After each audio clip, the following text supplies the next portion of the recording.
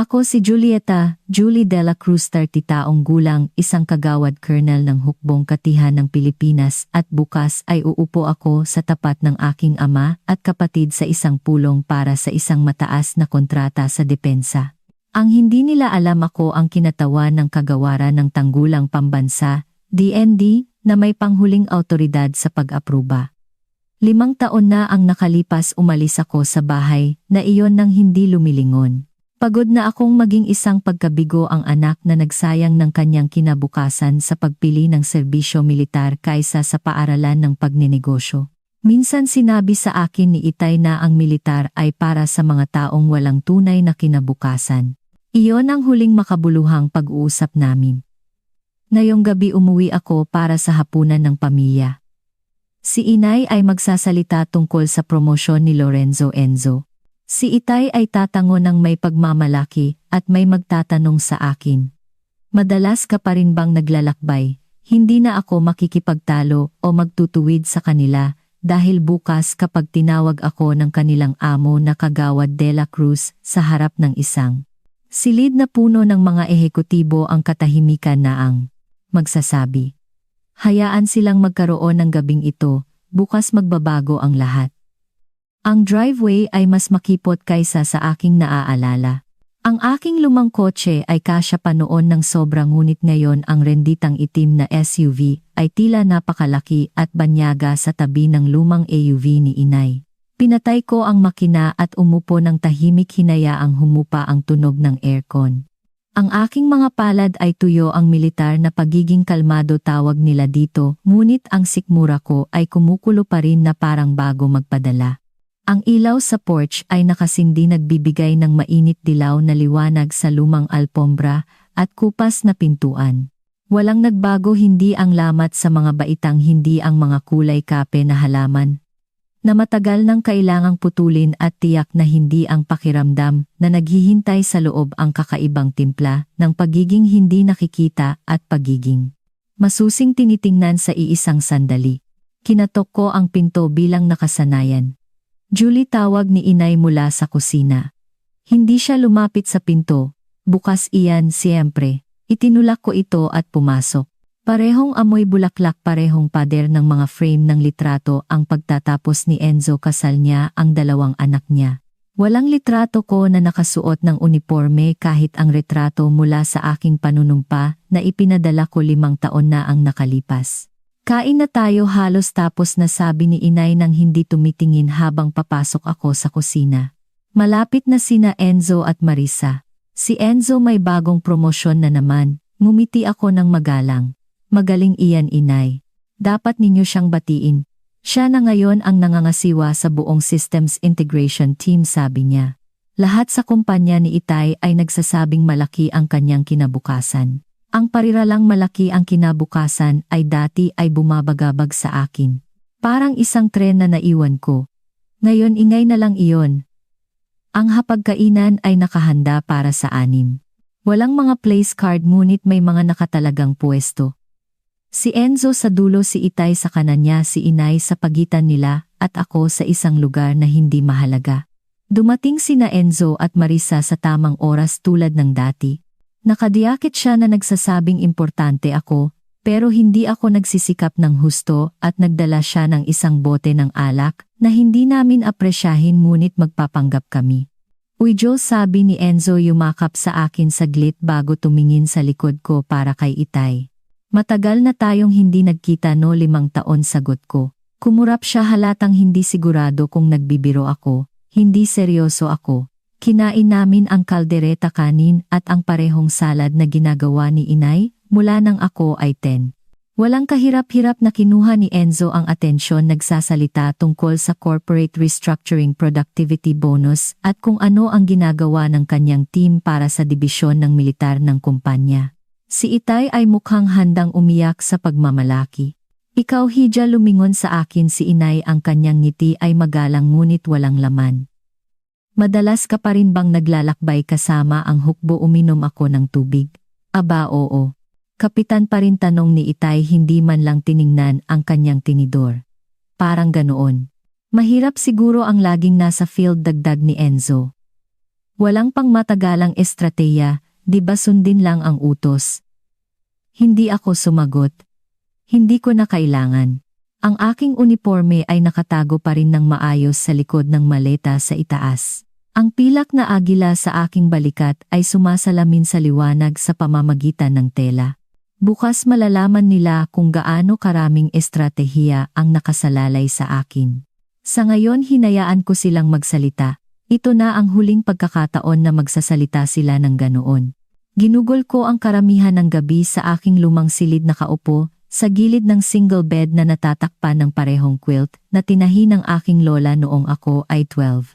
Ang mga dingding ay pinalamutian pa rin ng mga alaala ng bersyon ko, na pinaniwalaan nila mga tropeo, sa basketball mga sertipiko ng honor student, mga sulat ng pagtanggap sa kolehiyo, lahat ng mga tagumpay, bago ako sumali sa hukbo.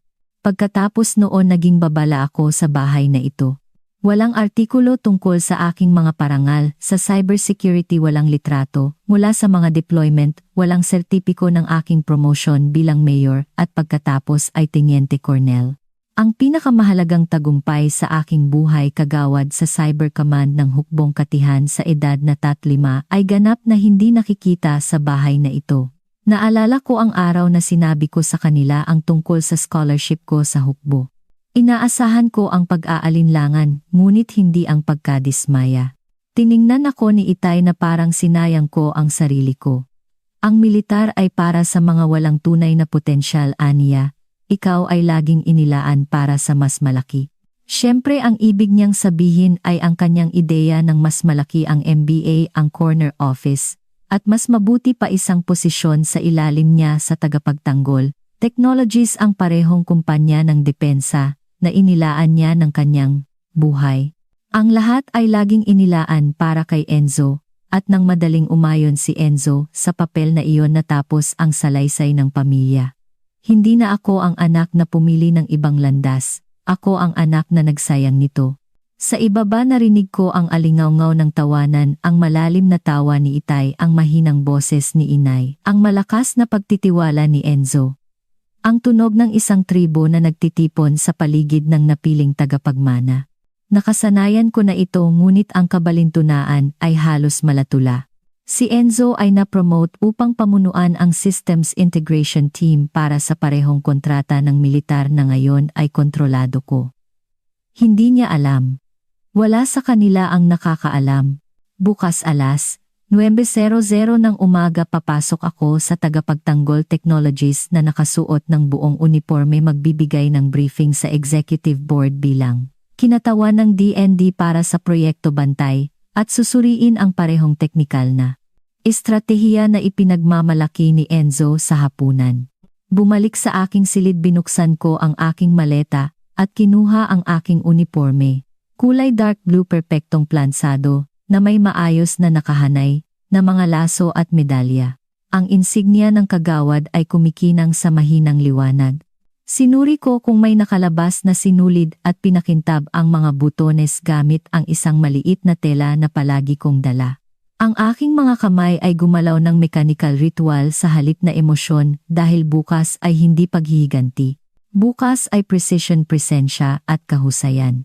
Bukas sa wakas ay hahayaan ko silang makita kung sino ako sa isang wika na hindi nila maaaring putulin o maliitin. Kinabukasan dumating ako sa Tagapagtanggol Technologies 15 minuto bago ang schedule. Ang paradahan ay napupuno na ng mga empleyadong nakasuot ng negosyo, nagmamadali sa security, bitbit ang kanilang mga ID at briefcase. Nagpark ako sa isang nakalaang espasyo na may markang kinatawan ng militar autorisado ng DND. Lumabas ako nakabuong uniforme at inayos ang aking kwelyo. Tumalikod ang mga ulo habang naglalakad ako sa checkpoint. May tumingin, may tumayo ng tuwid, ngunit walang nagtanong kung bakit ako naroon. Magandang umaga kagawad, sabi ng guwardiya sa pasukan. Iniskan ang aking badge. Naroon iyon, malinaw at magalang, isang pagbati na hindi ko kailanman narinig sa bahay ni Itay.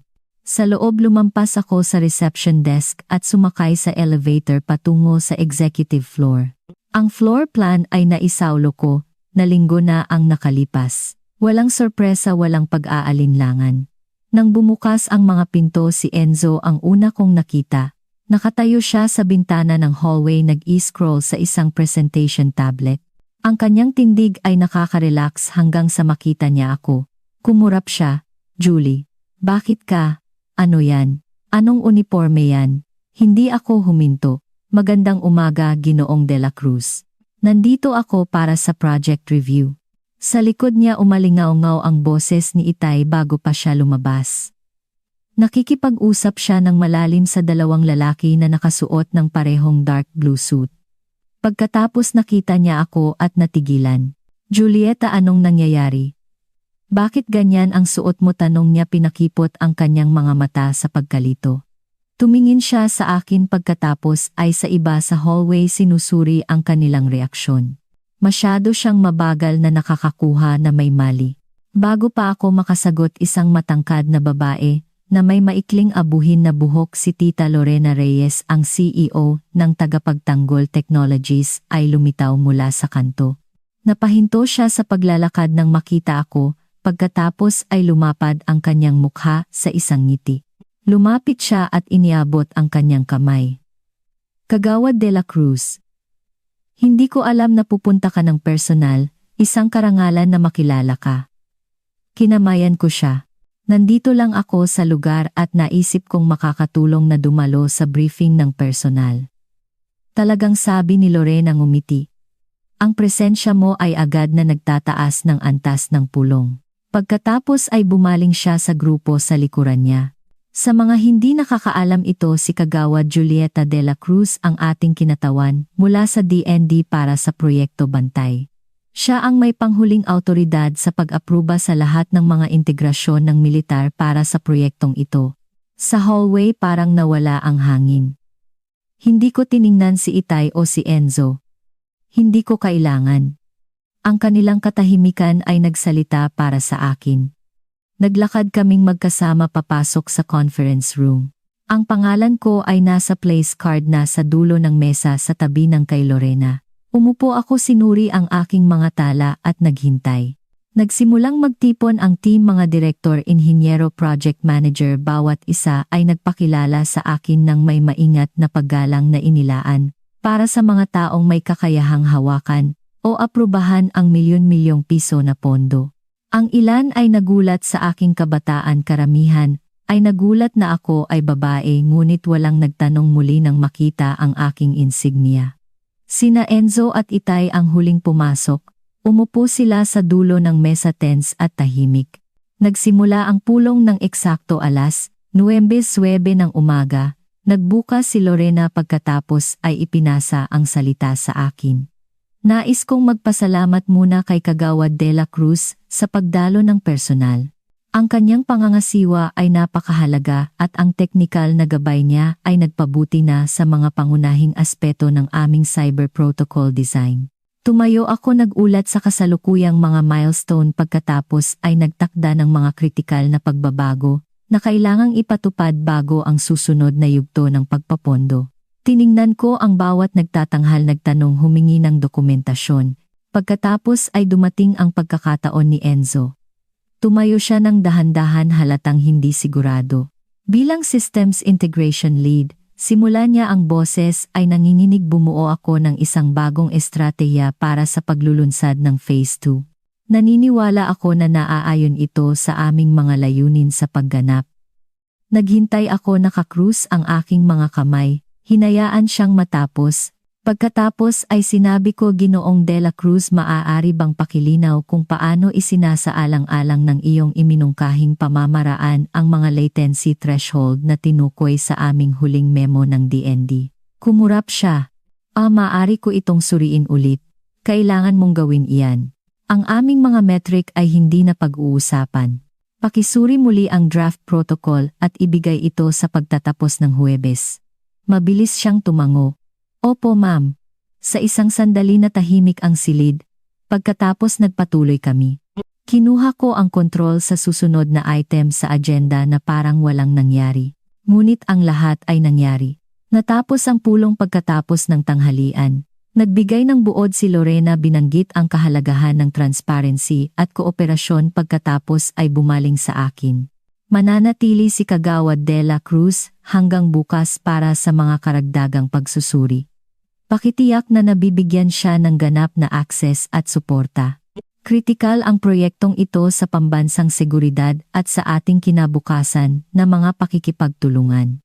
Nang magsimulang mag-alisan ang mga tao, naramdaman ko ang mga tingin na tumatagal sa akin, hindi na dahil sa pag-uusisa kundi sa pagkilala. Ang aking awtoridad ay hindi na isang lihim. Kinita ko ang aking lugar sa mesa at alam nila iyon. Pagkatapos ng pulong, si Itay ay nakatayo sa hallway malayo sa salamin na dingding ng conference room. Mukha siyang isang tao na pumasok sa silid na umaasa ng palakpakan at nakakita ng isang tribunal. Julieta, aniya ng kami na lang ang natira, sinusubukan pa ring makamit ang tono ng awtoridad. Kailangan nating mag-usap. Tumango ako. Sa inyong opisina, nag-atubili siya pagkatapos ay itinuro ang dulo ng hallway. Sa loob ang hangin ay tila mas mabigat. Si Inay ay nakaupo na doon, tense sa isang upuan ng bisita. Si Enzo ay nakatayo sa bintana, nakakrus ang mga braso, nakakunot ang noo. Silang tatlo ang aking jury noong bata pa ako. Hindi ako umupo, tumayo ako ng matigas, ang mga kamay ay nasa likod ko, kalmado, walang paghingi ng paumanhin. Kagawad ka na pala. Gaano nakatagal, tanong ni Itay sa wakas. 6 na buwan, sagot ko. 6 na buwan, ulit niya, walang laman ang boses. At hindi mo sinabi sa amin. Sinabi ko, tahimik kong sagot. Nagpadala ako ng imbitasyon para sa seremonya ng promosyon. Mga sulat, mga artikulo, voice message, walang sumagot. Binuksan niya ang kanyang bibig ngunit pinutol siya ni Inay. Hindi namin naintindihan kung ano ang ibig sabihin yon, sabi niya. Ang kagawad ay tunog na mataas ngunit hindi namin naintindihan. Bakit hindi mo ipinaliwanag? Dahil tumigil na ako sa pagsisikap na patunayan ang aking halaga, sagot ko. Sa tuwing tumatawag ako, ang unang tanong ay tungkol sa mga proyekto ni Enzo o sa inyong mga quarterly figures. Walang nagtatanong tungkol sa akin maliban kung para payuhan akong umalis sa hukbo at umuwi. Akala namin ay natigil ka, sabi ni Enzo, parang naglilipat-lipat lang ng base at hindi umuusad. Tiningnan ko siya. Sinabi mo kahapon na ang mga tao sa militar ay sumusunod lang sa utos. Tumawa ka habang sinasabi mo iyon. Naguluhan siya. Hindi ko alam na ito ang ginagawa mo. Hindi ka kailanman nagtanong, ulit ko. Inabot ni Inay ang kanyang handbag ngunit huminto. Julieta, hindi ko alam kung ano ang sasabihin. Dapat ay nandoon kami sa iyong pagpasok, sa iyong pagtatapos sa lahat ng ito. Akala ko itinataboy ninyo ako, sabi niya. Hindi, sagot ko. Tumigil lang ako sa pag-asa na darating kayo. Ang katahimikan na sumunod ay makapal, hindi komportable ngunit kailangan. Lumunok si Itay. At ano ang gusto mo ngayon, pampublikong pagkilala? Paghingi ng paumanhin, headline sa corporate newspaper, umiling ako. Gusto ko lang ang nararapat sa akin, paggalang sa aking trabaho, sa aking mga desisyon, sa katotohanan na hindi ako nag-fail dahil hindi ako sumunod sa inyong plano.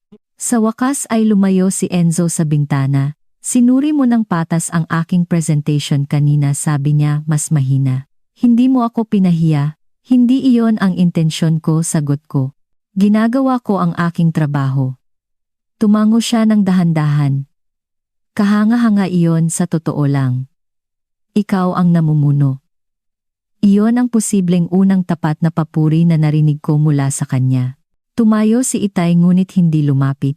Bumuo ka ng isang bagay na hindi namin naintindihan, sabi niya. Ito ang aming kasalanan. Akala namin ay alam namin ang mas mahusay ngunit hindi. Sa kanyang boses sa unang pagkakataon narinig ko ang pag-aalinlangan, hindi pagkatalo kundi simula. Iniabot niya ang kanyang kamay hindi para sa show kundi sa isang kilos na alam ko mula sa lahat ng military promotion na dinaluhan ko, isang tahimik na alok ng paggalang. Kagawad de la Cruz, aniya magaspang ang boses. Ako ay humihingi ng paumanhin. Lubos kitang minamaliit. Kinuha ko ang kanyang kamay mahigpit, walang pait, para lang matapos. Tinanggap ko. Mabilis na kumurap si Inay pagkatapos ay tumayo. Gusto naming subukan ulit kung papayag ka. Dahan-dahan, sabi ko.